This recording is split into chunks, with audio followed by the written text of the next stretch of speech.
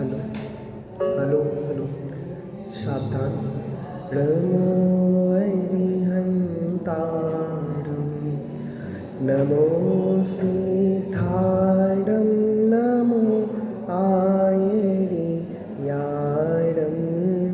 नमो वच्छायारं, नमो लोये सव्यसारणम्। निसंग है जो वायु सम, निर्लेप है आकाश से, निज आत्म ही विहरते, जीवन न पर की आस से। जिनके निकट सिंहादि पशु भी भूल जाते क्रूरता, उन दिव्य गुरुओं की कैसी अलौकिक सूरता, उन दिव्य गुरुओं की कैसी अलौकिक सूरता। सचमुच यह 10 लक्षण पर्व मुनिराजों के हैं और मुनिराज इसको 365 दिन मनाते हैं। उनकी क्षमा देखने लायक होती है, उनका मार्दव धर्म देखने लायक होता है। हमें तो ये अवसर मिला है कि हम 10 दिन उनके 10 दिन मना के तो देखें कि आपको अच्छा लगता है कि नहीं लगता। कल उदाहरण दिया था ना कि 10 दिन आपको अच्छे लगें तो जीवन भर अपनाओ, और 10 दिन नहीं लगते तो चॉइस आपकी है, आपको अपनाना है नहीं अपनाना। हम तो ये कहते हैं आना है तो वेलकम, नहीं तो भीड़ कम। आपको 365 दिन उत्तम क्षमा की आराधना करनी, उससे बड़ा क्या होगा। 10 दिन तो आपको प्रैक्टिस करने के लिए दें कि देखो आज उत्तम क्षमा को अपना के देखो, आपको अच्छी लगती है तो कर लो। मार्केट में तो यही है ना, जो चीज़ आपको अच्छी लगेगी वो आप खरीद कर ले आओ, और जो चीज़ आपको अच्छी नहीं लगेगी मत खरीदो, आपकी चॉइस है। ऐसी उत्तम क्षमा धर्म तो मुनिराजों का है, हमें तो आराधना करने के लिए अवसर मिला है। तो ये मुनिराजों का उत्तम क्षमा पर किस प्रकार होता है, हमारे जीवन में किस प्रकार आएगा। देखो पहले अपन छंद पढ़ते हैं जो 10 लक्षण पूजन में दिया है। पीने दोषने बांध मारे बहुविधि करे, धरिए क्षमा विवे कोप न कीजे प्रीतमा।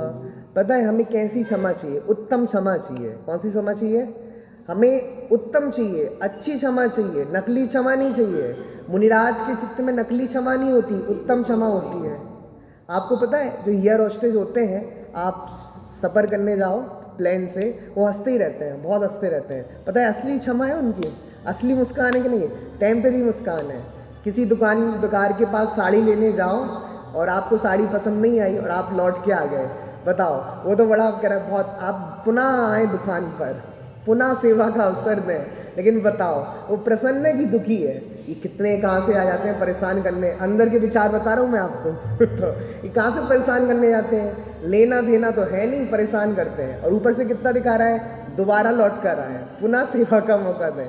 बताओ ये प्रसन्नता असली है कि नकली। इन नकली प्रसन्नता की बात नहीं है, असली प्रसन्नता की बात है। हंसते हुए तो लोग दिख जाएंगे, 24 घंटे दिखेंगे, ये उत्तम क्षमा की बात है। उत्तम होना चाहिए, उत्कृष्ट क्षमा होना चाहिए। शास्त्रों में उत्तम का अर्थ सम्यक दर्शन और सम्यक ज्ञान कहा है, और क्षमा मतलब सम्यक दर्शन पूर्वक जो क्षमा होगी वही असली क्षमा होगी। अब हमें ये जानना है कि हेलो, हाँ हमें ये जानना है। अब माइक का टाइम, माइक को करने दो, अपन तो देखते हैं। देखो हमको क्षमा धारण करना है।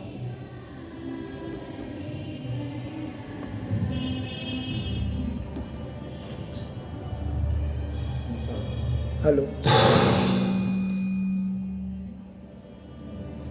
हेलो, हमको क्षमा धारण करना है, तो वो इसके भी क्षमा करो। माइक का परिणाम स्वतंत्र है, क्यों गुस्सा कर रहे हो, चलने दो जैसा चलना है। देखो उत्तम क्षमा धारण करना है। क्षमा किसका नाम है, क्रोध को नहीं करना, क्रोध नहीं करना उसका नाम क्षमा है। पंडित जी यही बताओ क्रोध को रोकें कैसे। बताओ आप दुनिया में जाओ, क्रोध को रोकने के बहुत उपाय बताएंगे। जब गुस्सा आए ना तब मुंह में पानी भर लेना, गुस्सा रुक जाएगा। जब गुस्सा आए ना उल्टी गिनती स्टार्ट कर दो, गुस्सा रुक जाएगा। अब बताओ, इससे आप गुस्सा रोकना चाहते हो तो सचमुच नहीं रुकेगा। उत्तम क्षमा चाहिए, तत्व ज्ञान के अभ्यास से आएगी। बिना तत्व ज्ञान के अभ्यास के, तत्व विचार के उत्तम क्षमा नहीं आएगी। बताओ, ये कहेंगे, देखो पढ़ते हैं। उत्तम क्षमा गाओ रे भाई, यह भव जस पर भव सुख दाई। गाली सुने मन खेद न आनो, गुण को गुण कहे अयानो। कोई गाली भी देवे तो भी प्रसन्न चित्त होना चाहिए। ऐसा कैसे हो सकता है, कोई हमें गाली दे तो भी क्षमा। पंडित जी, कोई किसी ने हमने गाली दी ना, हम उसको 2 गाली देंगे। हम टिट फॉर टैट की नीति वाले हैं, जैसे को तैसा। यदि ईंट का जवाब पत्थर से देते हैं, हम गांधी जी के भक्त थोड़ी ना है जो एक गाल पे चांटा लगा तो दूसरा आगे कर देंगे। एक पे लगाएगा तो उसके 2 पे लगाएंगे। अरे भैया, हमारी संस्कृति ये नहीं है। हमारी संस्कृति तो ये है कि हम गोली का जवाब गाली से नहीं देते। हमारी संस्कृति ये है कि कोई कितना भी गुस्सा करे, कितना भी गाली दे, तो हमारे मुनिराज कहते हैं क्षमा करो। क्या करो? क्षमा। No reply is best reply. आपको कोई गाली दे, प्रयोग करना जीवन में, आप उसको कोई रिप्लाई नहीं देना। अगर आप रिप्लाई दोगे तो आप तो अग्नि में घी डालने का काम करोगे। उसने दूसरी एक गाली दी, आपने दूसरी गाली दे दी। बताओ, आपने आग में घी डालने का काम किया कि नहीं किया? हिंदी में एक दुआ है, गाली आवत एक है, जावत होते अनेक। आवे सो जावे नहीं, रही एक की। एक ने गाली दी आपको, तो आपने भी रिप्लाई में गाली दे दी, तो कैसी हो गई? गाली आवत एक है और जावत होत अनेक। उसने एक दी तो आप थोड़ी ना कम करने वाले थे, आपने 2 गाली दे दी, तो कितनी हो गई? अनेक। लेकिन कह रहे हैं आवे सो जावे नहीं, रही एक की एक। विचार तो करो, उसने आपको गाली दी है, किसको गाली दी है? आत्मा को कोई देख सकता है हमारे? सदाशिवदास जी लिखते हैं, बोलो उसने मेरी आत्मा को गाली दे ही नहीं सकता, क्योंकि आत्मा दिखती नहीं है, आत्मा अमूर्तिक है। बताओ, आत्मा दिखती है? दिखती ही नहीं है, फिर भी हमें गुस्सा क्यों आता है? किसको गाली दी है? हमें तो गाली दी नहीं है। जिसने में रूपे न जाना, वह शत्रु न मित्र समाना। जो जाने निज आत्म रे, वह ज्ञानी पूजे हमारे। बोलो, उसने गाली दी तो मेरा क्या बिगड़ गया? पंडित जी कहते हैं, सदाशिवदास जी, उसने आपको गाली दे दी तो क्या बिगड़ा आपका? कुछ लॉस हो गया है क्या आपका? अरे गाली देने तो दो, हमें कोई दिक्कत नहीं है, क्योंकि आप हमारी आत्मा को गाली दे ही नहीं सकते, क्योंकि आपको हमारी आत्मा दिखती नहीं है। प्रसन्न हो जाओ, कोई कितनी भी गाली दे। बताओ, हमें गाली सुनते हुए प्रसन्नता क्यों नहीं आती? किसी ने बोला आप गधे हो। कौन हो? गधे। तो गुस्सा आना चाहिए कि नहीं आना चाहिए? हाँ, हम गधे हैं। पता है गधे का मतलब क्या होता है? गा का मतलब होता है ज्ञान, और धा का मतलब होता है धारण करने वाला। हाँ, हम ज्ञान को धारण करने वाले हैं। बोलो, तुम पागल हो। हाँ, हम पागल हैं। पंडित जी, आप तो कैसे बोल रहे हैं? हम बोले आपसे पागल? बोलो ना। हाँ, पागल का मतलब होता है पाप को गलाने वाला। हाँ, हम पाप को गलाने वाले हैं। बोलो, आप कितनी गालियां दोगे? सबको झेलने की शक्ति है। क्यों? हमारे पास क्षमता है। बोलो, मुनिराज को कोई कितनी भी गाली दे, कितना भी कुछ करे, तो भी मुनिराज के चित्त में खेद नहीं होता। गाली सुन मन खेद नानो। कितनी भी गाली दे, मुनिराज को खेद नहीं होता, दुख नहीं होता, पीड़ा नहीं होती। क्यों? मुनिराज के पास क्षमता है, मुनिराज के पास सहनशीलता है। पता है, दुनिया में रहना है तो सहनशीलता आनी चाहिए। हम एक शब्द बोलते हैं, रहन सहन। बोलते हैं कि नहीं बोलते? पता है रहन सहन का मतलब क्या है अंकल जी? रहन सहन का मतलब है दुनिया में रहना है तो सहन करना पड़ेगा। हम थोड़ी थोड़ी बातों में गुस्सा करने लगते हैं, थोड़ी थोड़ी बातों में झंझाने लगते हैं। नहीं, आपको दुनिया में रहना है तो सहन करना पड़ेगा। अगर सहन करने की सामर्थ्य नहीं है, समता की सामर्थ्य नहीं है, तो घर में 1 मिनट नहीं बन सकती। लड़ाई होगा, झगड़ा होगा। बताओ, कितनी न्यूज़ आप सुबह पेपर में उठा के देख लो। एक बच्चा पबजी खेल रहा था, मम्मी ने उसका मोबाइल छेड़ा, उसने मम्मी को मार दिया। थोड़ी तो सहन करो। बच्चा मोबाइल में गेम खेल रहा था, मम्मी ने मम्मी ने उसका मोबाइल चुराया, बच्चा 10वीं मंजिल से कूद गया। थोड़ा तो सहन करो। हम अपने बच्चों को ऐसा ना बनाएं कि छोटी छोटी बात पे मरने की धमकी दें, कि अब हम मर जाएंगे, अब हम मर जाएंगे।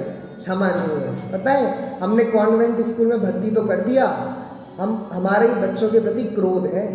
हमें लगता है हमने स्कूल भेज दिया और पाठशाला का टाइम होता है, नहीं नहीं अभी तो उसकी ड्राइंग क्लास है, अभी तो कंप्यूटर क्लास है, अभी तो डांस क्लास है, अभी तो सिंगिंग क्लास है, पाठशाला नहीं आ सकता। पता है बच्चों के प्रति अनंत क्रोध है। कल भी मैंने कहा था, हम बच्चों को कौन सी शिक्षा देना चाह रहे हैं बताओ। हम स्कूल में जाते हैं ना, तो ये सिखाया जाता है हमारे पूर्वज बंदर थे। कौन थे? यही तो सिखाया जाता है कि पहले सब बंदर थे, फिर थोड़े शब्द होते गए तो कौन बन गए?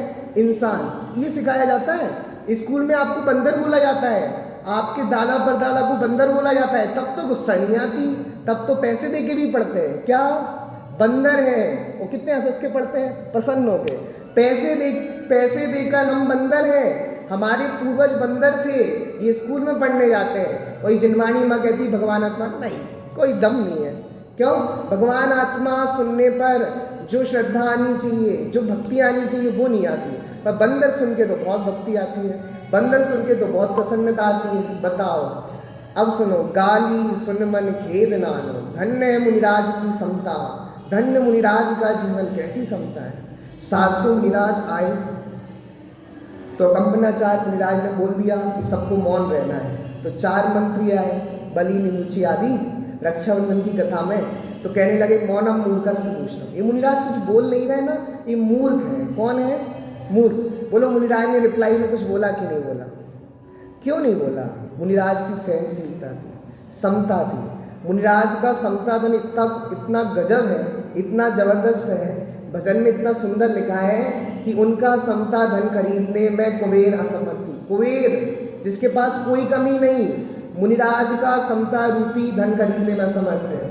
जिन्हें कंकड़ों पत्थर जैसा मणिमुक्ता का ढेर, जिनका समता धन खरीदने में कुबेर असमर्थी, जिनकी है निस्वार्थ साधना, जिनका शौर्य अगम्य है, जग के उन सब मुनिराजों को मेरा नम्र प्रणाम है। सिद्धों की श्रेणी में आने वाला उनका नाम है, जग के उन सब मुनिराजों को मेरा नम्र प्रणाम। बोलो कितना गजब का समता धन है, कितनी सहनशीलता है। कुबेर जैसा धनपति भी मुनिराज की समता खरीदने में समर्थ नहीं है। वो कैसा समता धन होगा, वो कैसी सहनशीलता होगी। बहू सास की नहीं सुनना चाहती, सास बहू की नहीं। हमने बहुत सहन कर लिया, अब नहीं होता सहन। बताओ क्या सहन कर लिया? मुनिराज पर उपसर्ग हो रहे, सिगड़ी जल रही, तुम्हारे ऊपर सिगड़ी तो नहीं जल रही? बताओ। श्रीमद जी ने एक जगह लिखा, हमको क्या है, देखो 5 पांडवों को कैसे जलते हुए आभूषण पहना दिए, हमको क्या है। सीता जी को घर से निकाल दिया गर्भवती अवस्था में, बताओ हमें क्या दुख है। लेकिन हम कह बहुत सहन हो गए, अब सहन नहीं हो सकता, नहीं आ सकती उत्तम क्षमा। खूब सुन लो प्रवचन, जब तक समता नहीं होगी, सहनशीलता नहीं होगी, तब तक उत्तम क्षमा नहीं। सारा ही संसार करे यदि मुझसे दुर्व्यवहार, हटे न तो भी सत्य मार्ग से श्रद्धा किसी प्रकार। मुझे है स्वामी उस वर की दरकार, मुझे है स्वामी उस वर की दरकार। जिस बल को पा करके स्वामी आप हुए भव पारे, मुझे है स्वामी उस वर की। भगवान मुझे तो वो शक्ति चाहिए, वो बल चाहिए कि आप पर कोई उपसर्ग कर रहा था तब भी आपके मुंह से एक शब्द नहीं निकला। कितने घनघोर उपसर्ग हुए बताओ। मुनिराज के ऊपर सिगड़ी जल रही है, गजकुमार मुनिराज के ऊपर सिगड़ी जल रही है, उनने सिगड़ी को नहीं हटाया, सिगड़ी से अपने उपयोग को हटा लिया। उन्होंने ध्यान सिगड़ी पे नहीं दिया, अपना उपयोग पलट लिया। सचमुच ये बहुत अच्छी विधि है, हर चीज़ में अपना उपयोग पलटना सीखो। कोई भी बीमारी होती है ना, हमारा ध्यान बीमारी, हम बहुत बीमार हैं, डॉक्टर के पास ले चलो, डॉक्टर साहब तब हरियंते शरणम पवज्जामि याद नहीं आता, पता क्या आता है? डॉक्टर शरणम पवज्जामि, चलो लेके तो बताओ, आचार्य जी कहते हैं उपयोग पलट लो। बीमारी पे उपयोग जाएगा तो परेशानी होगी, तत्व ज्ञान का अभ्यास करो, भगवान की तरफ उपयोग कर लो, सारा दुख उपयोग पलटने का है। पता है बच्चा खेलता है ना, छोटा बच्चा, और पैर में लग भी जाए तो पता नहीं चलता, क्यों? उपयोग कहाँ है?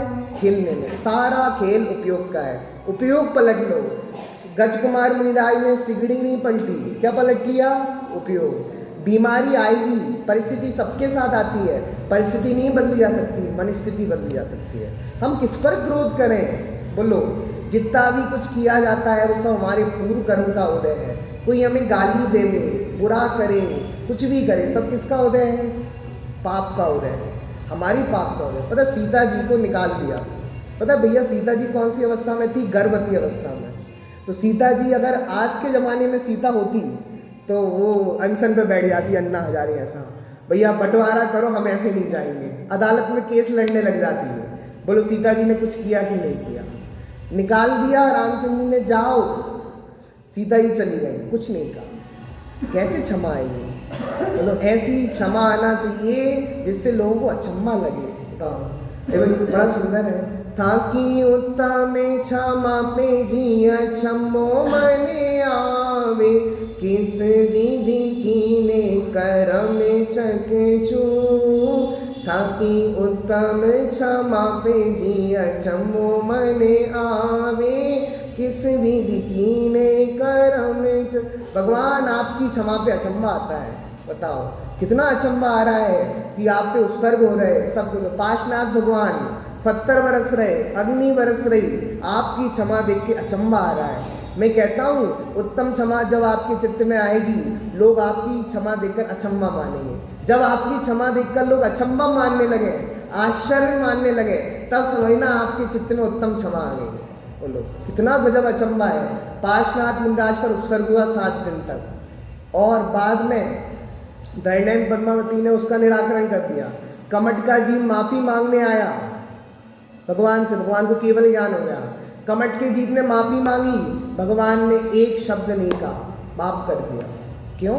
7 दिन तक उपसर्ग किया था। कुछ बोलते तो सही कि तू नालायक है, तेरे को इतना नहीं पता था मुनिराज पर उपसर्ग होता है, तूने उपसर्ग क्यों किया? कुछ नहीं कहा। वो कमटका जी सुधर गया, सम्य दर्शन प्राप्त कर लिया। कमट सुधर सकता है तो हम क्यों नहीं सुधर सकते? हम पता है इतिहास में 2-3 लोगों को पकड़ के रखा है। वो मारीची जिसे 363 में चलाए थे, वो कमटका जी जिसने पाशनाथ भगवान पे उपसर्ग किया था। बताओ वो मारीची सुधर गए कि नहीं सुधर गए? वो कमटके जी सुधर गए कि नहीं सुधर गए? हम सब बिगड़े ही हैं। पंडित जी ऐसा मत बोलो, हम बिगड़े थोड़ी ना, हम सुधरे ही हैं। बिगड़े ही तो है, 4 गति में रुलना, बिगड़ना है, सुधरना नहीं है। पंडित जी हमारा लड़का बहुत बिगड़ गया, इधर जाता है उधर जाता है, घूमता रहता है। हम भी तो घूम रहे हैं चारों गतियों में। बताओ बिगड़े हैं कि सुधरे हैं? बिगड़े ही हैं। बोलो इसलिए कह रहे भगवान उत्तम क्षमा आना चाहिए। गाली सुने मन खेद ना, गाली सुन के खेद नहीं आना चाहिए। मतलब गोपाल दास जी करैया नाम सुना है ना, जैन सिद्धांत प्रवेशकल की, उनकी पत्नी बहुत भयानक थी, मतलब इतिहास की सबसे भयानक पत्नी थी। किसकी? गोपाल दास जी करैया की। भगवान ना करे किसी को ऐसी पत्नी मिले और मिल जाए तो बढ़िया है, फिर से गोपाल दास जी करैया मिल जाएंगे। बताओ चलो, अब गोपाल दास जी की पत्नी कितनी खतरनाक थी पता है?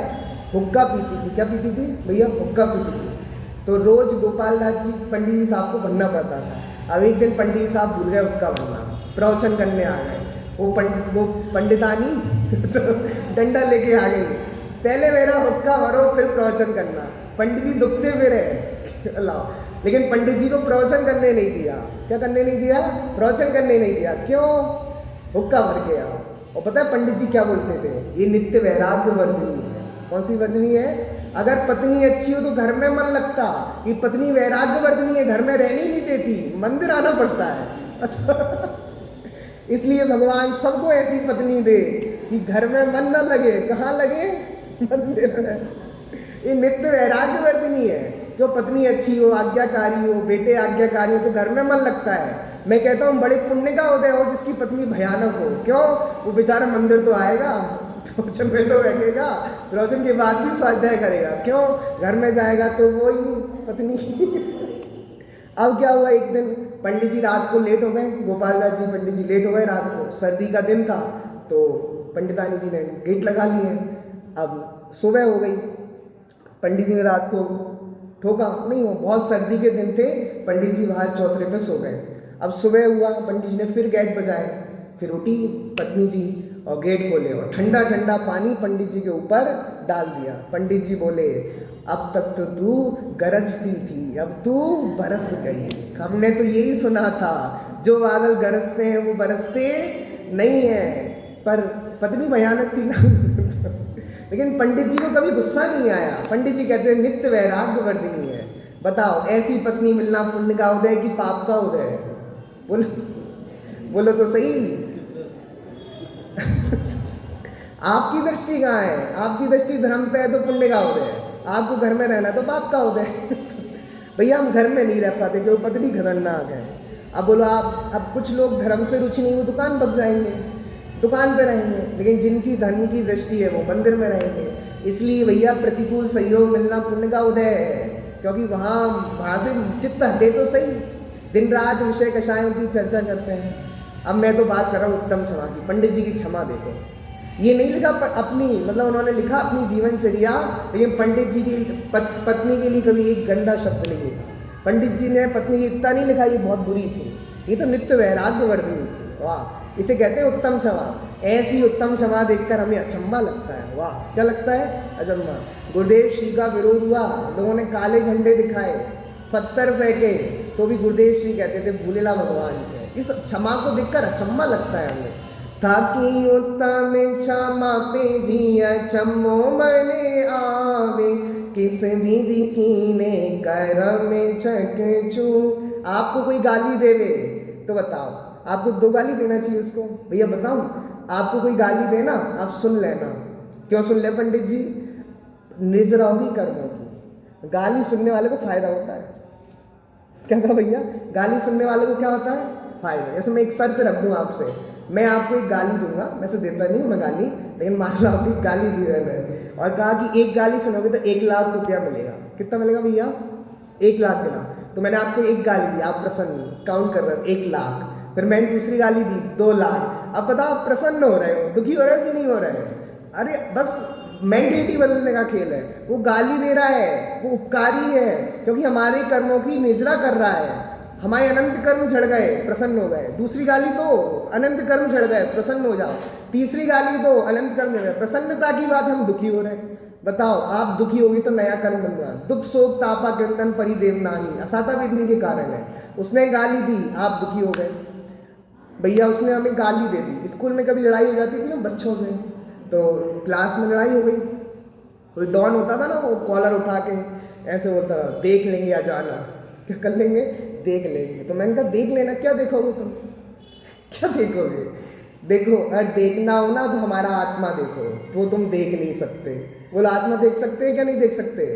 नहीं देख सकते। जिसने मम रूप न जाना वह शत्रु न मित्र समान। क्या देखोगे तुम? क्या देखोगे? पंडित जी कह रहे गाली सुन मन खेद न आनो। गाली सुन के खेद नहीं आना चाहिए, प्रसन्नता हो रही है। क्यों? वो हमारी गाली दे रहा, वो उपकारी है, क्योंकि हमारे कर्मों की निजरा हो रही है। इसलिए गाली सुनकर प्रसन्न होना चाहिए। सासू माँ को बहू गाली दे तो पता है सासू माँ क्या कहेंगी? अभी की आई है, हमें गाली दे रही है, हमारे घर में इसका राज्य नहीं चलेगा, इसने गाली दी तो कैसे दी? अरे प्रसन्न हो जाओ, कर्मों की निजरा हो रही है, मुक्ति पास में आ रही है। गाली सुनने से कर्मों की निजरा होती है। ऐसा अद्भुत काम है, गाली सुनो तो सही। गाली सुनना पुण्य की वजह से होता है। क्यों? कर्मों की निजरा हो रही, बताओ। लेकिन हम गाली सुनकर दुखी होते हैं, व्याकुल होते हैं। व्याकुल होना तो दुख से बचने का कोई उपाय नहीं, होगा भारी पाप बंदी हरो भव्य अपाय नहीं। व्याकुल होना तो दुख से बचने का कोई, अरे सीखो तो सही, सुनो आगे। गानी सुन मन खेद न आनो, गुण को अब कोई हमें जो गुण नहीं है, हमको कहता है अवगुण लगाता है। क्या लगाता है? अवगुण। मान लो आपको पापी कहता है, बहुत गंदे गंदे शब्द बोलता है। पंडित जी हम गाली तो सहन कर लेंगे, लेकिन एक चीज़ सहन नहीं करेंगे, हमारे बारे में गलत नहीं बोलना चाहिए। हम जो है वो बोल दो, हम सुन लेंगे, लेकिन हमारे बारे में गलत बोला तो खैर नहीं खैर नहीं उसकी। लेकिन कह रहे हैं गुण को अवगुण कहे, जो आप में गुण है उनको अवगुण के रूप में बतावे तो भी समता धारण कर सकते हो, तो उत्तम क्षमा है। ये दिगंबरों का मार्ग है, ये मुनिराजों का मार्ग है। कोई कितनी गाली देवे, कोई मारे, कुछ भी करे, लेकिन उत्तम क्षमा। बताओ, जो होता है चंदन को कितना भी पीसो क्या निकलेगी? सुगंध निकलेगी। चंदन के वृक्ष में आप कुल्हाड़ी भी लगाओगे ना, कुल्हाड़ी, उस कुल्हाड़ी में भी क्या मिलेगी? सुगंध मिलेगी। मुनिराज तो उसे कहते हैं जिन्हें कितनी भी गाली दो हर बार समता निकलती है। मुनिराज कहते ही उसे हैं, आप उनको मारो, उपसर्ग करो, क्या निकलती है? समता। ये जो समता चित्त में आएगी ना, तब उत्तम क्षमा बनेगा। जब तक समता नहीं है, जब तक सहनशीलता नहीं है, सहन करने की शक्ति नहीं है, तब तक उत्तम क्षमा आने वाली नहीं है। चलो आगे बढ़ते। कहीं अयानो वस्तु छीने, बांधे मार भऊ विधि करे। अब किसी ने गाली दे दी, चल हमने सहन कर ली। किसी ने हमारे गुण को अवगुण कह दिया तो सहन कर लिया। लेकिन कोई हमारी वस्तुओं को छीने, क्या छीने? वस्तुओं को छीने, अब सहन नहीं कर सकते। कोई हमारे घर में घुस जाए और हमारी वस्तु को डाले, हम सहन कैसे कर सकते हैं? बताओ। अब तो बहुत हद हो गई, अब सहन नहीं। ऐसी परिस्थितियों में समता और करो। बांध मार भऊ विधि करे, मारे, हाथ तोड़ दे, पैर तोड़ दे, तो समता धारण कर सकते हो कि नहीं कर सकते? नहीं कर सकते हैं तो तुम्हारा मार्ग नहीं है। ये कायरों का मार्ग नहीं है, ये वीरों का मार्ग है। क्षमा वीरस्य भूषणम, क्षमा वीरों का आभूषण होता है, क्षमा कायरों का आभूषण नहीं होता।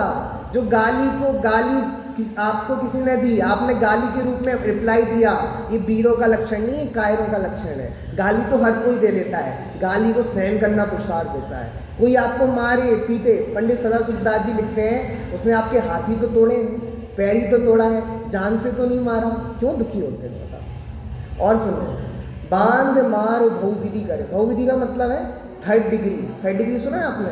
आतंकवादी कोई पकड़ा जाए ना, पाकिस्तान का जासूस, उसे थर्ड डिग्री दी जाती है। बर्फ को क्या कहते हैं, बर्फ की शिला पे लिटा दिया जाता है। उसको क्या कहते हैं, बिजली के तारों से करंट दिया जाता है, उसके नाखूनों में छेदा आलपिन लगाई जाती है। ऐसे भऊ विधि करे तो भी हृदय में क्षमा होनी चाहिए। बताओ, ऐसी क्षमा धारण कर सकते हो कि नहीं कर सकते? 700 मुनिराज को घानी में पेल दिया गया तो भी मुनिराज ने एक शब्द नहीं बोला। ऐसी क्षमा धारण कर सकते हो कि नहीं कर सकते? 700 मुनिराज पर उपसर्ग हुआ तो भी उन्हें 4 मंत्रियों का दोष नहीं देखा। स्वयं की जो कर में शुभाशुभ फल निश्चय देते, करे आप फल दे अन्य तो स्वयं किए निष्फल होते। बताओ आगे। घर पे निकारे तन विदारे, बैर जो ना तहाँ घरे। कोई घर से निकाल दे हमें, बताओ, हमने इतनी तो सहन कर ली थी, हाथ पैर तोड़ दिए थे, अब कोई हमें घर से निकाल देगा, हम तब समता धारण नहीं कर सकते। घर से ही तो निकाल दिया हमें, पंडित जी ने लिखा सदा, घर से ही तो निकाला है, दूसरा बना लेना।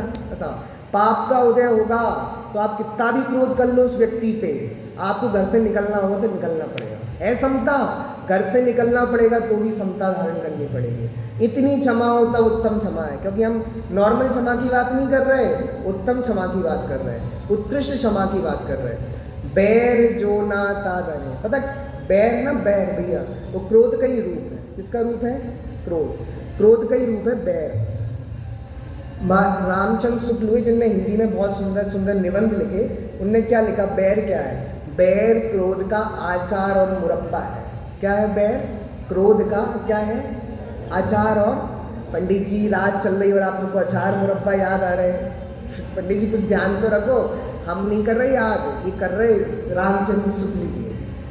पता है क्या लिख रहे हैं? क्रोध जो बैर है ना, बैर वो क्रोध का क्या है? आचार और मुरब्बा। आचार मुरब्बा किसे कहते हैं?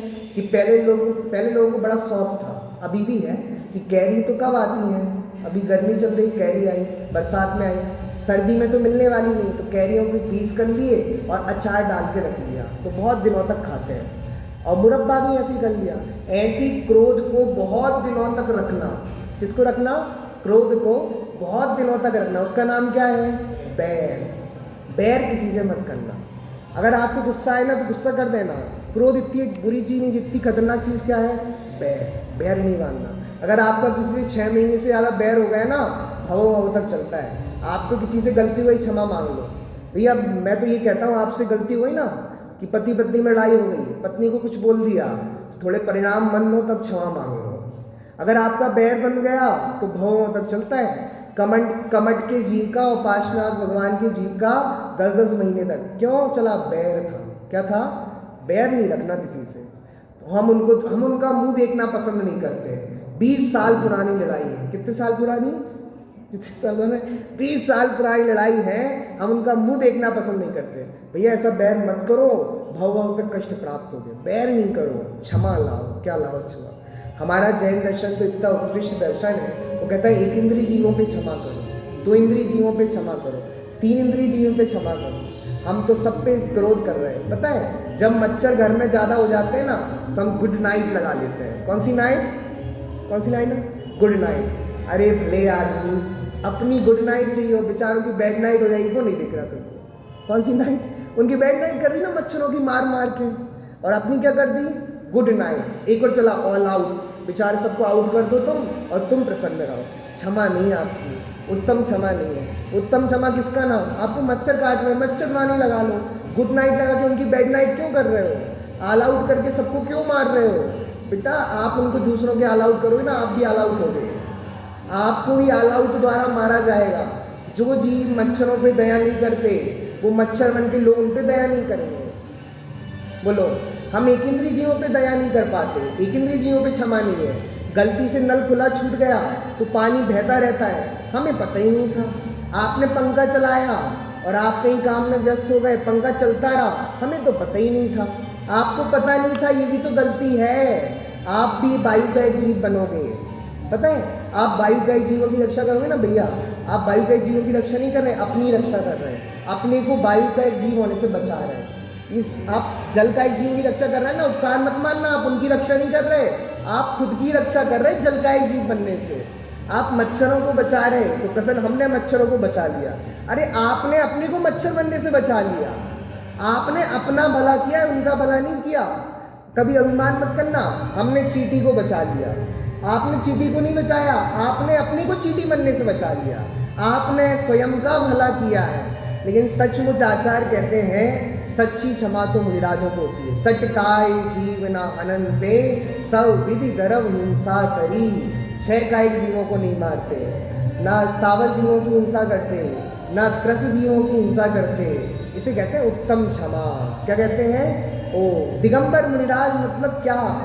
मैं कहता हूँ दिगंबर मुनिराज मतलब पंचम काल के आश्चर्य। बोलो, कैसी कैसी परिस्थितियों में रहते हैं, कैसे कैसे उपसर्ग सहते हैं, कैसे कैसे परिचय सहते हैं, उनकी क्षमा देखने लायक है। क्षमा उनसे सीखने लायक है। क्षमा सीखना हो किससे सीखो? मुनिराज से। क्षमा सीखना हो, क्षमा के लिए आदर्श मुनिराज। चलो, घर पे निकारे, क्या कहा? घर पे निकारे तन विदारे, बैर जोना, बैर किसी से मत करना। हमें हर प्रसंग में दूसरों की गलती दिखती है, गुस्सा दूसरों पे करते हैं। हर प्रसंग में अपनी गलती देखना सीखें, हमारी कर्म का उदय है। बोलो, किसी को बहू ऐसी मिल गई, लड़ती रहती है, तो सासू माँ ये सुनाती है मंदिर जाके, कल कहा था ना, घर घर चर्चा हुए धर्म की, ये तो दूर रहा, मंदिर मंदिर चर्चा हुए घरों की, ऐसा हो गया है। तो वो सासू माँ सुनाती मंदिर में आके, हमारी बहू तो ऐसी है, कैसी है? ऐसी है, सुनती नहीं है, अपनी अपनी चलाती है। जे कर्म पूरब किए कोटे। गलती किसकी है? आपको कैसी बहू मिलेगी, किसके अनुसार है? आपके कर्म के अनुसार। हमारा बेटा सुनता ही नहीं है, वो दिन भर मोबाइल में लगा रहता है, दिन भर इधर टाइम वेस्ट करता है, उधर टाइम है। जे कर्म पूरब किए कोटे। किसके कर्म का उदय है? हमारे उदय। बताओ, सती अंजना को निकाल दिया उनकी सासू माँ ने, ना ससुराल वाली ने सुनी, ना मायके वालों ने सुनी, लेकिन सती अंजना के मन में किसी के प्रति क्रोध नहीं आया। क्यों नहीं आया? क्यों नहीं आया? क्या क्या ज्ञानियों के पास, ज्ञानी किस मिट्टी के बने हुए होते हैं बताओ भैया? ज्ञानी किस मिट्टी के बने हुए होते हैं? कोई मिट्टी अलग नहीं होती, जो हमारी है वो उनकी है, लेकिन उनके पास क्षमता होती है, सहनशीलता होती है। उस सहन करने की शक्ति कहाँ से आएगी बोलो? इसलिए तो कहा था मुझे है स्वामी उस बल की दरकार, उस सहनशीलता की, उस क्षमता। बताओ सती अंजना को निकाल दिया गर्भवती अवस्था में। बताओ कैसे पाप का उदय? जो भविष्य में भगवान बनने वाले हैं, ऐसे हनुमान जी का जन्म गुफा में हुआ। बताओ कोई सहारा नहीं। एक उनके साथ उनकी जो काम करने वाली है दासी, वो उनके साथ थी और निकल गई जंगल में। बोलो मायके वालों ने नहीं रखा, बोलो ससुराल वाले छोड़ दें तो आदमी को किसका आश्रय रहता है? मायके वालों को। उनके पास गई, खबर भिजवाई कि पापा मैं आई हूँ, नहीं रखा। कोई गलती नहीं थी उनकी, कोई गलती नहीं थी उनकी। बताओ ये जैन दर्शन कहता है जगत में किसी के साथ अन्याय नहीं होता। कोई गलती नहीं थी क्या उनकी? थी पिछले जन्म की, जे कर्म पूरा किए बोलते।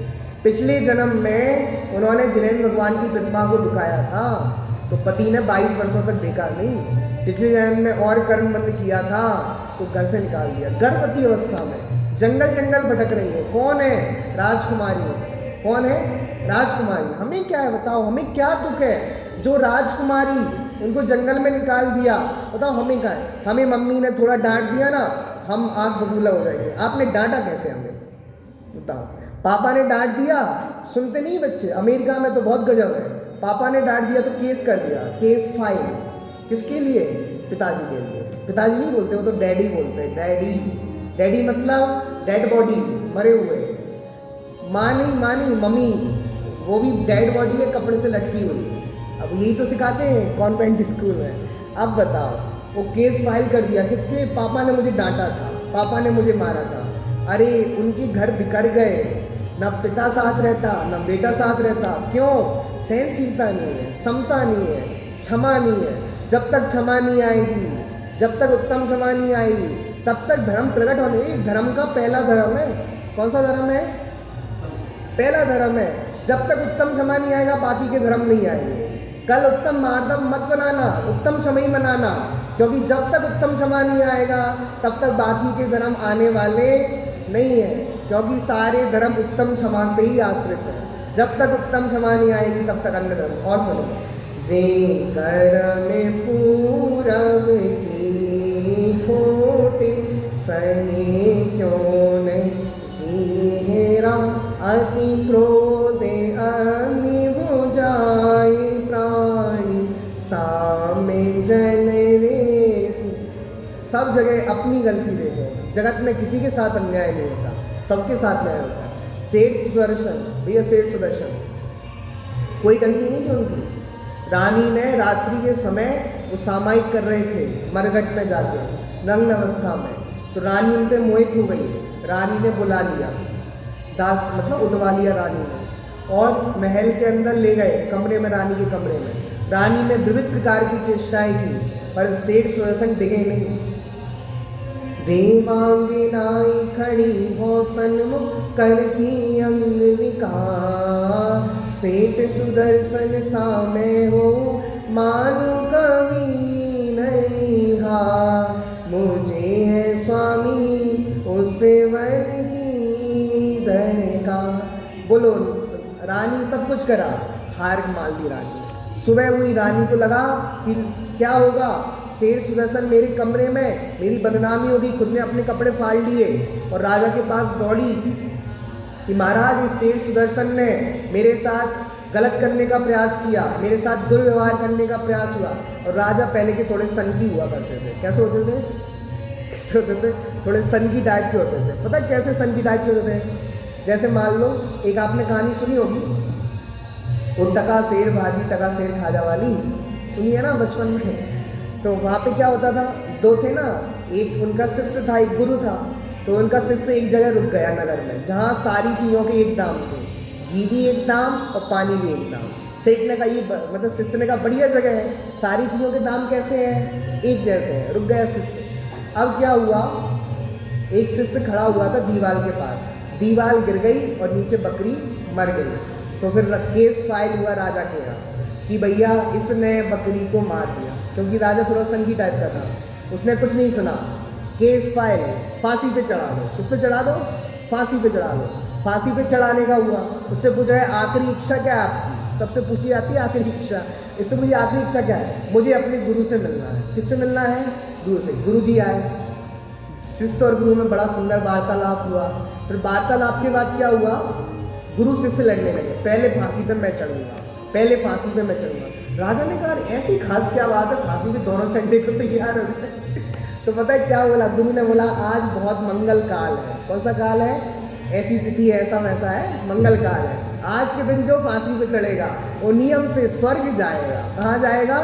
तो राजा ने कहा तुम सब यहीं बैठो, मैं फांसी पे चढ़ूंगा। कभी स्वर्ग किसको जाना है?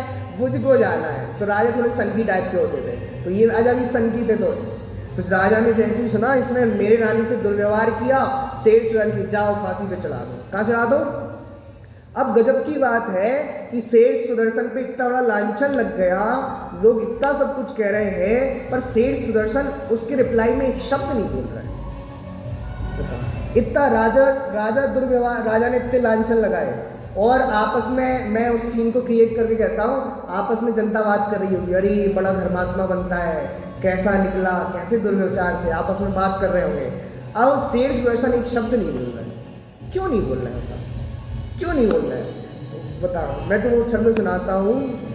वे कर्म अपने ठाट तू दिखाता है, किसे प्रतिकूलताओं का भी भय बताता है, किसे। वे कर्म तू कितने ठाट दिखाता है, आज देखते हैं तेरी कितनी हिम्मत है। तू मेरे को फांसी पे चढ़ा सकता है कि नहीं चढ़ा सकता? फांसी पे जा रहे फांसी पे चढ़ गए, और वो फांसी सिंहासन पे परिवर्तित हो गई। बताओ ये किसका कमाल था? ये उत्तम क्षमा का प्रभाव था, कि उन्हें एक शब्द नहीं बोला। बताओ, उत्तम क्षमा लाओ तो सही। उत्तम क्षमा नहीं आएगी तब तक चमत्कार नहीं होंगे, जब तक आश्चर्य नहीं होंगे। जिसके चित्त में उत्तम क्षमा है वह चमत्कार होते हैं, वह आश्चर्य होते हैं। पंचम काल में चमत्कार ही नहीं होते, आश्चर्य। क्यों? उत्तम क्षमा नहीं रही ना। उत्तम क्षमा रहेगी तो चमत्कार। अति क्रोधे अग्नि हो जाए प्राणी, साम्य जल ले, साम्य जल का पान करो। अब अंतिम बात कहता हूँ, यदि हमें क्रोध का नाश करना है तो क्या करें? भैया सुनना, बहुत अच्छी बात है। क्रोध का नाश करना है तो क्या करें? तो पता है अपूर्व अवसर में श्रीमद जी कहते हैं क्रोध के प्रति क्रोध करो। क्या करो? क्रोध के प्रति क्रोध करो, तो आपको क्या प्रकट हो जाएगी? उत्तम क्षमा। ये कौन सी? आप क्रोध करके उत्तम क्षमा प्रकट कर रहे हैं। हाँ, उत्तम क्षमा प्रकट करने का उपाय है क्रोध पर क्रोध करो। किस पे क्रोध करो? किस पे करना भैया? क्रोध पर। समझ में नहीं आया क्या? बोलो हाँ भैया। समझ में आया कि नहीं आया? अरे बोल, आप कुछ बोल ही नहीं रहे, सो रहे हो क्या आप सब? जागो चेतन, जागो। कुछ लोग गजब आश्चर्य होते हैं, आँख तो खुली रहती है फिर भी सोते रहते हैं। देखिए ना आपने ऐसे लोग, आप सब ऐसे तो नहीं हो, बोलो तो सही। तो आपको समझ में आया कि नहीं आया? बोलो हाँ जी कि ना जी। बोल ही नहीं रहे, बताओ। आपकी आवाज़ कम निकलती क्या? बोलो चलो छोड़ो, आप बोल ही नहीं रहे, चलो मैं ही बोल दे रहा। क्रोध पर क्रोध करना क्रोध जीतने का उपाय। कैसे? कि जैसे गुस्सा आया आपको, क्या है भैया? बोलो तो सही जोर से। गुस्सा आया आपको तो गुस्से को बोल दो, ये सुनना फिर से मत आ जाना, ये क्रोध पे क्रोध करना, ऐसे क्षमा आएगी। गुस्सा जब भी आ जाए तब बोल दो गुस्से से, दोबारा नहीं दिखना चाहिए। तेरी शकल ना दिख जाए, उसका नाम है क्रोध पे क्रोध करना। सचमुच क्रोध को जीतो। क्रोध जब आए ना तुरंत रिएक्शन मत दो, थोड़ा विचार करो। एक राजा था जिसने एक कवि से एक श्लोक खरीदा था भैया, और उसने अपने घर पे लटकाया था। पता है वो श्लोक कितने में खरीदा था भैया? 1000 मुद्राएं देके। कितनी मुद्राएं देके? उस श्लोक में ऐसा क्या था, 1000 मुद्राएं देके ग्रहण किया। अब वो राजा युद्ध लड़ने के लिए चला गया। कहाँ लड़ने के लिए चला गया? युद्ध लड़ने के लिए। 15 साल उसको युद्ध लड़ते लड़ते हो गए। घर पे लौट के आया, रात्रि के समय घर पे लौट के आया। उसकी रानी सो रही थी और रानी के सामने एक पुरुष सो रहा था रानी के साथ। उस राजा को इतनी भयंकर गुस्सा आई, उसने तलवार ली। अरे 15 साल हो गए, इस रानी ने मेरे को धोखा दे दिया, इतना भी विश्वास नहीं किया मैं लौट के आऊँगा। और जैसे ही उसने तलवार उठाई मारने के लिए, वहाँ पे एक श्लोक टंगा था। उस श्लोक में लिखा था, जब भी गुस्सा आए थोड़ा विचार कर लेना। क्या कर लेना? तुरंत रिएक्ट नहीं करना, गुस्सा आता है तब विचार कर लेना। उसने विचार किया ये कौन है। तो जब थोड़ी देर में रानी की नींद खुल गई, कहने लगी ये तुम्हारा बालक है, तुम 15 साल युद्ध लड़ने गए थे, इसका जन्म हुआ था, अभी इतना बड़ा हो गया, अब बताओ। वो थोड़ा ही विचार नहीं करता, अपने बालक को मार देता। इसलिए जब भी क्रोध आए रिएक्ट जल्दी नहीं करना, थोड़ा रुक के थोड़ा रिलैक्स हो जाना। तब आप गुस्से को जल्दी रिएक्ट करते हो ना, इसलिए लड़ाई होती है, इसलिए झगड़ा होता है। थोड़ा रुक जाना, गुस्सा आए ना थोड़ा शांत हो जाओ, शांत कूल डाउन हो जाओ, और फिर विचार करना ये गुस्सा मैं क्यों कर रहा हूँ, किस पे कर रहा हूँ। क्रोध करने से आज तक किसका भला हुआ है, किसी का भला नहीं हुआ। क्रोध करने वाला जीव अपना नुकसान करता है। शास्त्रों में उदाहरण दिया, जैसे आग का गोला हो ना, आग का गोला, आप किसी पे आग का गोला फेंकोगे तो बोलो आग का गोला आप हाथ में लोगे, आपका हाथ जलेगा कि नहीं जलेगा भैया। तो क्रोध करने वाला खुद को तो जलाता है, अब आग का गोला आप दूसरे पे फेंकना चाहते हो, तो अब उस पर कब फेंकेगा, जब उसके पुण्य पाप के आदि है। अगर पाप का हो जाएगा तो जल जाएगा, और पुण्य का हो जाएगा तो बच जाएगा।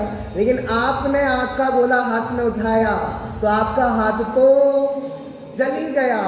इसलिए जो क्रोध करता है वो अपना नुकसान तो करता ही है, दूसरे का नुकसान नहीं होना तो पुण्य पाप के आदि। पंडित जी सामने लिखा, टोडम जी सामने क्या लिखा, क्रोध से दूसरों का बुरा करना चाहे वह होना तो भवितव्य के अधीन है, पर ये जी क्रोध से अपना बुरा तो करता ही है। चलो एक बार अपन पूरा छंद पढ़ते हैं फिर। पीड़े दुष्ट बांध मारे भऊ बिनी करे, धरिए क्षमा में कोप न कीजे पीत उत्तम क्षमा गौरे। यह भव जैसे परे भव सुखदाय, गाली सुने मन खेद न आनो, गुण को अवगुण कहे अयानो, वस्तु छीने बांध मार बहु विधि करे, घर ते निकारे तन विदारे, वैर जो नाता है ते करम पूरम किए खोटे, सहे क्यों नहीं चेहरा, अति क्रोध अति बुझाए प्राणी, सामे जल। इस प्रकार हमारे जीवन में क्षमा का अभाव हो और क्षमा प्रकट हो और क्रोध का अभाव हो, इसीलिए। अब यहाँ पर पाठशाला के छात्र हैं।